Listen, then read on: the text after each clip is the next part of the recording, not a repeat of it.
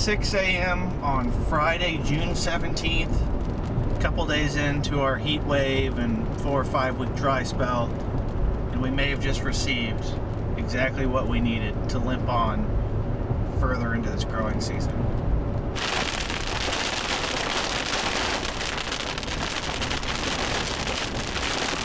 It's coming.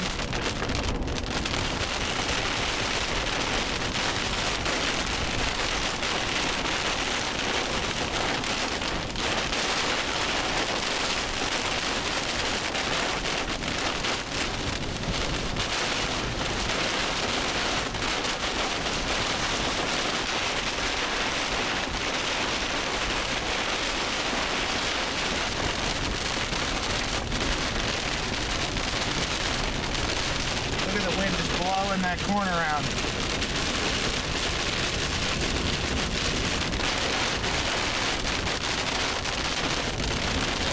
All of our corn and soybeans are certainly going to be excited this morning when they pick up this new moisture.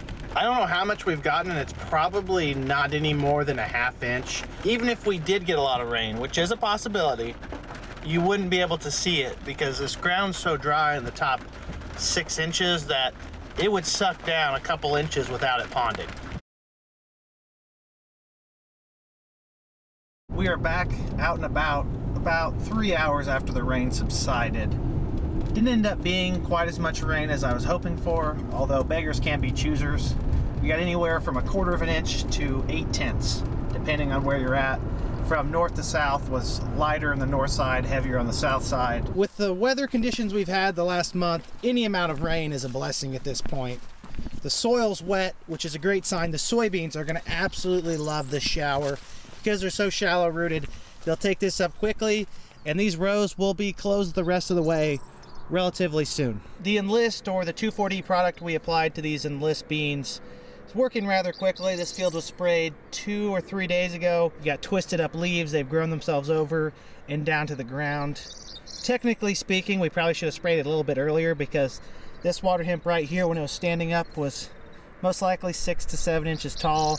Really, you want to spray your weeds when they're below 4 inches. The smaller the weeds are, the easier they are to eliminate. Applying your broadleaf herbicides when the plants are small really comes down to the efficacy of the herbicide and the stewardship of getting all of your weeds killed. What we don't want to do out here is come out and just injure these plants. That will likely lead to, at some point in time, a natural development of resistance from those plants having whatever it took to get through. You really want to use multiple modes of action when you spray your fields. You want to hit these weeds like the water hemp that are resistant to multiple different herbicide classes. You want to hit them from every different angle to ensure they're all dead so they can't pass on their genetic information, because some of them may have the code required to survive application from a growth regulator or a Roundup or a glufosinate, anything. Some of that was because we didn't have the best stewardship here. That was both on the farmer for cutting rates, and also some of the herbicide companies kind of suggested that you only needed one silver bullet. I'm not going to name names, but that was a glyphosate product who said all you need is our product and your fields will be clean. Well, obviously that's not the case because we have herbicide resistant weeds. Souvenir. Oh, it's a Native American hammer. That's neat. This field is ripe with 2,4-D. You can just smell it. It's a strong chemical, much stronger than dicamba in terms of smell. Although I think dicamba is the stronger growth regulator out of the two. It likes to hop up out of your fields though and go and roast the neighbor's beans. So we've got less and less of it in our rotation. And I think overall there's much more Enlist acres across the Corn Belt than there are Extend acres. Oh, I love to see that mud on my boots. Nice saturated soil. Us farmers are so picky, it's almost comical. It went from, man, I wish it would stop raining, to, man, I really wish we could get a rain. We're never satisfied. It's very rare in June and July to get a nice easy shower. Usually it's a pretty severe storm. The heat and the humidity brings a lot of supercells in the area, creates some storms that were pretty wicked. Those winds we were experiencing did do a number on some of our corn. For the most part, it looks like what we're seeing here is just lodging. You can see this corn is just leaned over down at the roots, which is rather surprising given how dry it was. This does not concern me other than harvestability. In the future, it'll just elbow back up. What I'm afraid that we may see in some of these areas though is green snap. Green snap is essentially when the corn plant just snaps off at the ground. If that happens, the corn plant dies at this stage. I'm not seeing a whole lot of that. I'll take this any day of the week, given where we were and what we needed. If this is the price we pay for a ½ or an inch of rain at this point into our dryness, you can blow it all over as long as you don't snap it. Speaking of misfortunes, just about 20 or 25 miles straight to the south of here is Effingham, Illinois. While we were getting just a modest shower and some wind here, they got upwards of 5 inches, or 75 millimeters for you metric folk. Now, we needed rain pretty bad. I think a 5-inch rain would probably still be puddled up.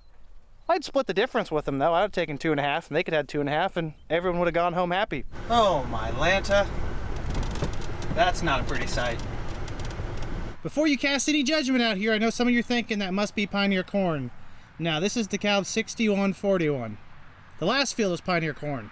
There's probably a handful of green snaps out here, but the plants that are snapped off will die rather quickly. The rest of this will stand up. That's unfortunate because this was some pretty corn and still has quite a bit of yield potential, if not all. We are going to lose a plant here and there from snapping. It's actually amazing to see how much of this corn is laid over, and I really can't tell if the video does it justice or not, but I would say 80% of the corn stalks out here are leveled. They're leaning on each other. It's like a domino effect. The wind comes across, they just lean over.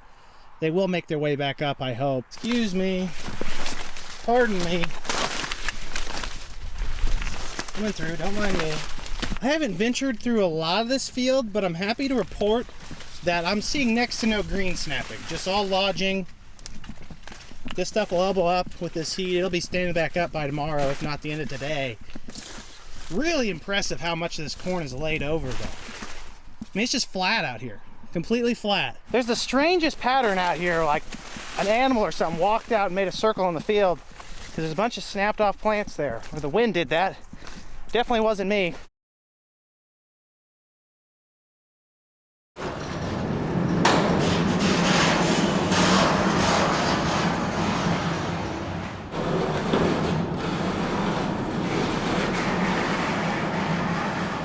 With all of our crops in the ground and maybe not in decent shape, but in a shape where we're not going to be repairing them anytime soon, it's time for the most important job of the spring, and that's the good spring cleaning.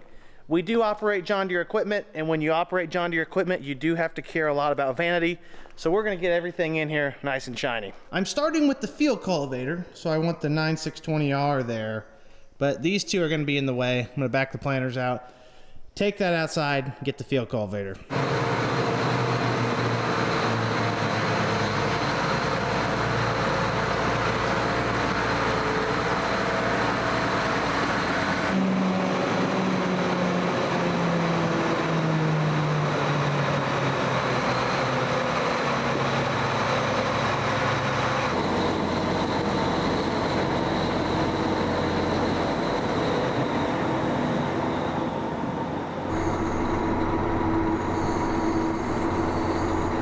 I was joking about the vanity aspect of cleaning your equipment, or at least somewhat joking. In all reality, maintaining the exterior quality of your equipment actually pays dividends. Not only does it show pride in what you do and that you take care of your equipment, but when it comes time to trade it off or sell that equipment, people are going to see that it was well kept and probably lean towards valuing that equipment higher. So it is important to maintain a nice clean fleet. There's our girl right there. My only complaint about this tractor, and you may have heard this before, is you can't really see the hitch on the back at all. I think that's it. Get out and look. No, we're lined up right. We just didn't go back far enough. It should work. I was about to brag about my performance, and then I noticed, look how much this hitch pin is already worn. See that groove in there? That is shocking. I would have expected it to hold up much better than that. This is probably a $300 or $400 pin. Although I could be wrong, could be cheaper. More than likely not. Alrighty, we only need to go up and down and unfold. To do that, we just need 1 and 2. I'd say this is 1 and this is 2. Usually they're color coded. Green's 1, blue's 2. Same on the remote there.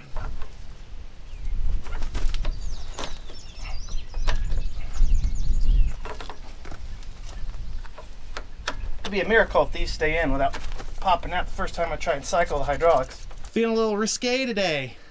Didn't lock the pin down, nor did I attach the safety chain.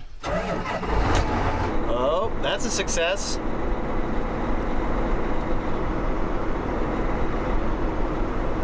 So those wheels in the middle on the wings, where they're right in there, back in there, are hitting each other on the way up. They wouldn't normally do that because everything's tied together on sensors. I didn't hook up the ISO system that runs the true set, which probably actuates that system. So I either need to hook that up or be very careful. Okay, because there's it folding up. And if I went to unfold it, not getting anything on that. I might have to hook everything else up. My lines are hooked up, so that tells me that I probably need to hook up the ISO and the last hydraulic hoses to make the system function properly.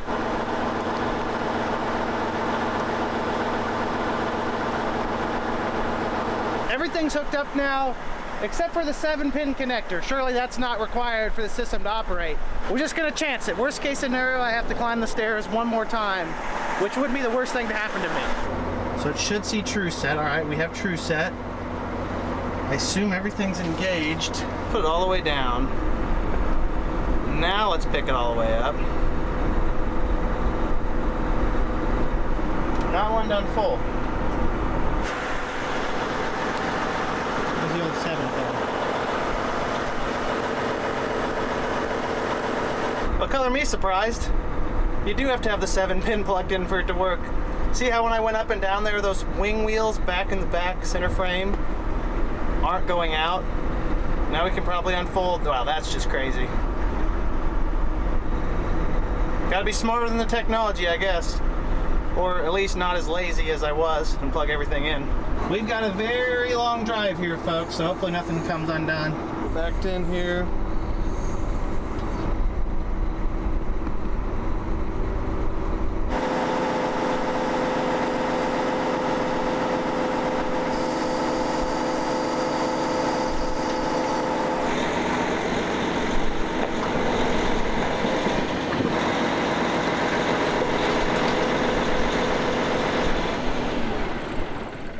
If I didn't know any different, I'd say I get paid by the hour, because it took me almost half the morning just to get the field cultivator hooked up and pulled into the wash bay. And the wash bay is not even big enough anymore. There is a major difference between how we treat our tractors and our tillage implements. Our tractors, we pretty much roll out the red carpet for. We spray them down, we wipe them down with soap. Once they dry, then we come in and wax them. We really treat them nicely. Our tillage implements, we know, are a little more robust and kind of can weather the years better. So we're just going to try and knock off all of the dirt and mud off the frame and the wheels and anywhere else that's built up, clean it up a little bit, and that's how we'll put it away.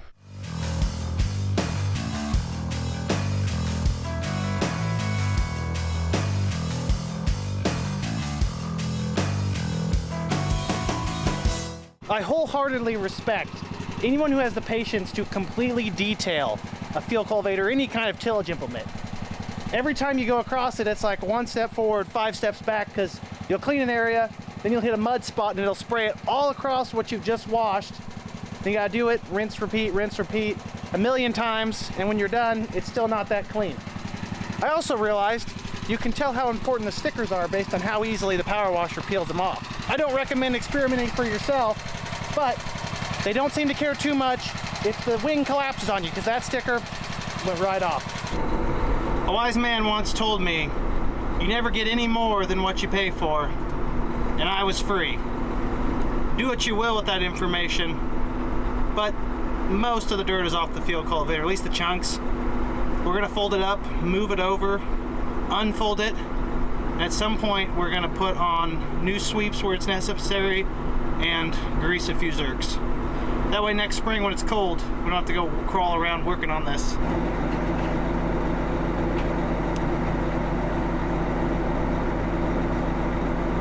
It's so neat how it automatically pulls the wheels in when it goes up. Meanwhile, our other field cultivator struggles just to fold up in 2 pieces simply.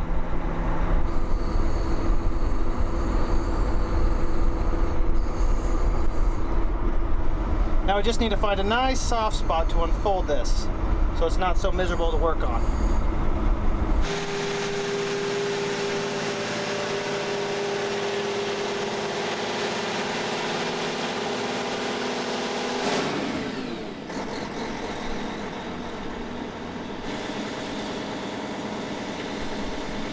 Personally, I can work into the seat without complaining. However, I think the cameraman needs a raise because it's hot going back and forth. Time to go get the other field cultivator.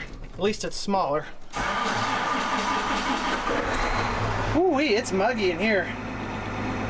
Let's do that all the way.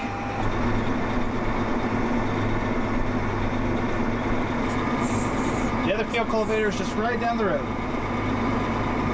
If you don't, you'll pull up all sorts of roto oil, especially when it's 95 degrees out like it is today. If you don't trust me, just look at the corn thermostat. It's like a pineapple field. This field cultivator, much like the other one, was unhooked here because we were in a frantic hurry at the end of May to get these unhooked with a storm rolling through. I would take a little more chaos right now if that meant we got some rain.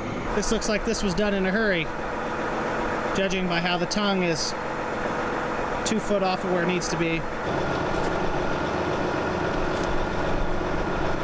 This isn't how they suggest to do this in the manual, but I don't want to crank the wrench.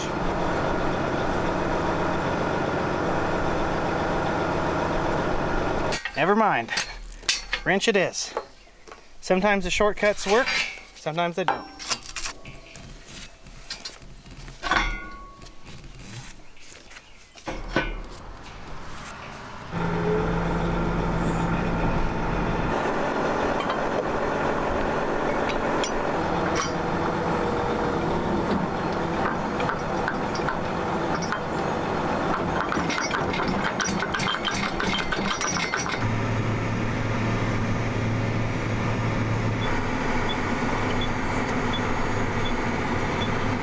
The nice thing about the simplicity of the frame on this cultivator is there's much less nooks and crannies for dirt and mud to sit.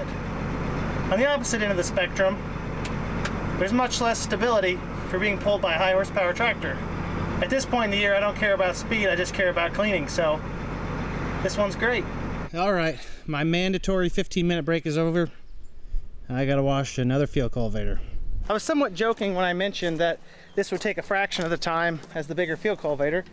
Turned out to be relatively true, maybe about 2/3 of the time. Though I have noticed that people tend to work faster when the last task is what they have to do before quitting time. One other unmentioned benefit of cleaning your equipment like this is noticing any kind of flaws that are happening. I noticed a few places where we're starting to get some hairpin cracks on the frame. We had a bunch of welding done this spring. I'm gonna mark the 2 or 3 places I saw. That way we'll know next spring that maybe we ought to get it welded, or even before we put them away. Right in there, starting to get some hairline action. I believe the other one was in here somewhere. This one I'm not entirely sure about if it's just the paint chipping or if that's a hairline crack going across the frame itself. It does wrap around the bottom of the welding bead, so we'll mark it. Some of you did mention that these cracks are probably due to the fact that we do turn with the field cultivator partially in the ground at times. And you're probably right, maybe we ought to back off on doing that. Just something we've always done, and I've never said that we're perfect. Maybe if we reconsidered that, the longevity of these field cultivators might be a little bit different. Don't think I saw any on this side, but I wanted to give it one last look before we fold it up. Get this backed up and put away for the day. That way, first thing in the morning when it's still cool, we can change all these sweeps. The faster that we get all this stuff done, the sooner we can get to Florida until harvest and sit on our butts and watch TikTok all day. It's just what us grain farmers do. If leaving your mud boots outside overnight does not drum up a big rain, then nothing will. We'll try that. Hot, hot, hot, hot, hot. Very warm. Nothing like a black leather steering wheel and out in the sun all day. Despite my best efforts, I could not drum up a rain. We do have a pretty jam-packed schedule today. Chris and Jeff changing some sweeps on the field cultivator, gonna grease that, back those into the barn. Dad and I are gonna work to strip down the corn planter.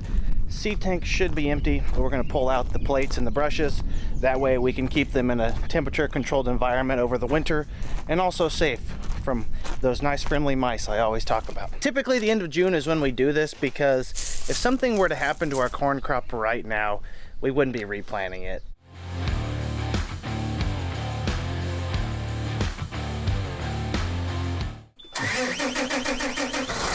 The plates are out, but the brushes are still in. We're gonna set this planter down so it turns on the blower fan should clean out all of the seed lines.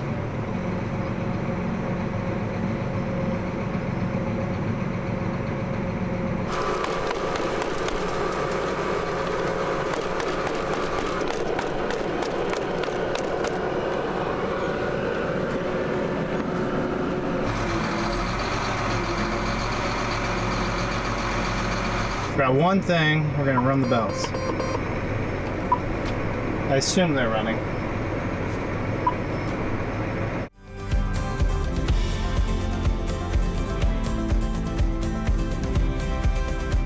There's our planter parts that are going inside.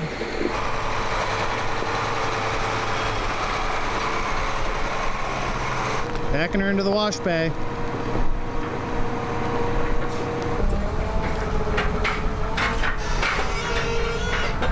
It's time for the oldest field cultivator to go back in this corner, which requires us to pull the 9460R and vertical till out. Don't believe I'm hitting the wall, but no one's here to tell me any different.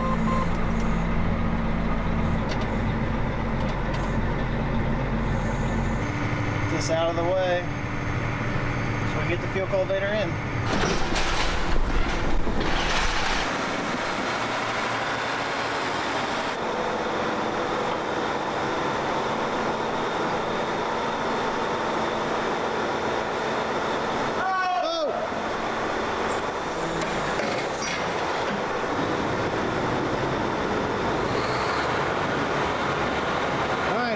Time for the 2230 field cultivator.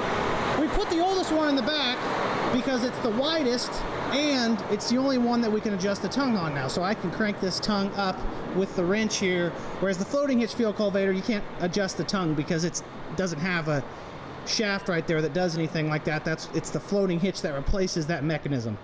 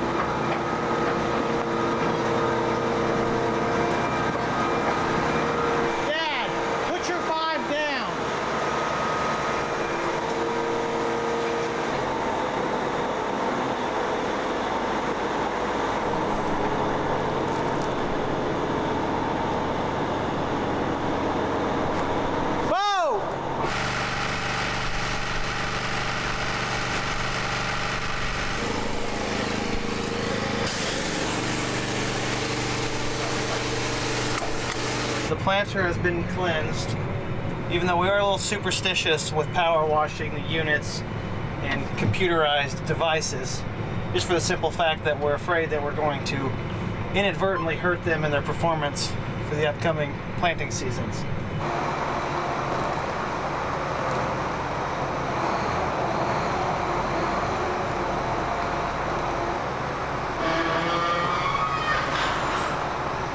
Happy to report that we are fully done with the corn planter for the year. To get back to what I was working on, which was giving this vertical till a spritz. Not a cleaning, a spritz. Because it is in fact one of the tillage implements leaving our farm here in another month or so. Pound for pound, this vertical till has the most dirt on it out of anything we've washed so far. That's not even mentioning the fact that it's only seen a fraction of the acres that our field cultivator saw this spring.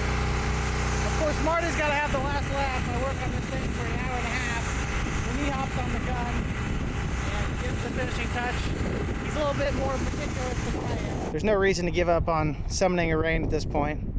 I'm going to perpetually leave my boots here. So if a thunderstorm just wants to happen to kick up right here, not going to complain. Although a couple days have passed for me, I'm sure those of you watching this video are curious what happened to the corn that was blown over earlier in the video. It's a pretty good question. We're going to walk out in it now, and I can tell you, it looks a heck of a lot better than it did just 3 or 4 days ago. At first glance, before you even notice how nicely this corn has repostured itself. You're gonna see how tightly these leaves are rolled up, almost like a cigar, trying to protect the plants. Right now, we're burning probably 1/4 of an inch a day of moisture through transpiration and evaporation. So that rain we got at the beginning of this video, even if it was an inch, only bought us about 4 days of moisture. Of course, the majority of this damage or protective stance we're seeing is from the heat itself and not necessarily a lack of moisture. Eventually, though, this heat stress will cause yield loss. I think we're still kind of in the okay area of that where we're not seeing that, but as these plants approach reproductive growth, putting tassels on, silks, ears, all that, will definitely take a major impact every day they're suffering this. The main issue out here, the lodging of our corn, you can see that as I'd predicted, our corn has actually elbowed back up. Where it had leaned over a couple days ago, it's put on a joint almost there and brought itself straight up towards the sunlight. I don't think this lodging resulted in any kind of a yield loss. Alrighty folks, I think that's more than enough equipment cleanup, putting away, and agronomy for one video. I do appreciate you all tuning in. Like the video if you enjoyed it, subscribe if you want to see more, and comment down below if you have any questions. You know I love to talk about farming. Have a great day, everyone. Peace!